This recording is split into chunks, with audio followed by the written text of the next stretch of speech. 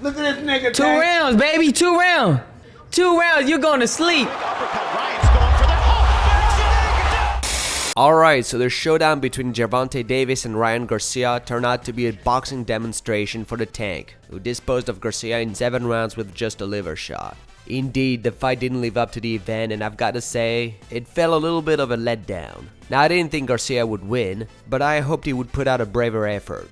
You know, going out on his shield at least. The fight started with Garcia being the more active of the two. He came on aggressively in round 2 before walking into a counter left hand by Davis, and it was pretty much downhill from there. Garcia became very wary of Gervonta's power, and the 3-division world champion dominated the next 3 rounds before Garcia came back with a few right hands in round 6, until finally being countered once again for the last time in round 7. During the fight, you could see the difference in level between these two. One was a complete pro, the other was an incomplete pro. Davis was always composed and grounded with his feet. Garcia was not on steady feet and seemed off balance most of the time. And his biggest advantage, which was his size, turned out to be useless. He never found his range nor extended his reach on Davis. It wasn't even a close fight. Now the big question is, what's next for both fighters? I heard Garcia overcame depression before, and he's probably gonna need it, because he had a massive ego check going on that night. Like he said in the press conference, he's going back up to 140,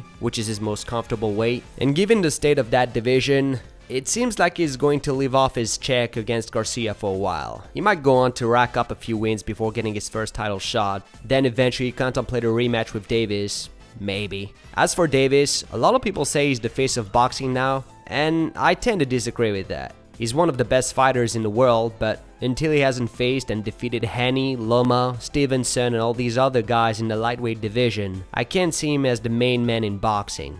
Not to mention that even if the heavyweight division took a knock after the Fury Usyk collapse, these two guys are still the biggest draw in boxing. I don't see Davis as a great fighter since he defeated Garcia. I already knew he was good. Unlike King Ryan's servants, I didn't buy into his hype because I was aware of the experience gap between the two. And by a gap, I mean a canyon. Garcia only had a puncher's chance to win this. And a puncher's chance usually means no chance. Now that is not to say it was no win proposition for Davis. Aside from a big payday, I think people are going to be more and more excited to see him fight again. Measuring himself against a boxing star like Garcia and performing like he did generated more interest in him in a weight class that is now carrying boxing, which is the lightweight division. So overall, it was entertaining to watch. Not a great fight, but looking forward to the next big bout coming up next month between Haney and Loma. Should be a better fight.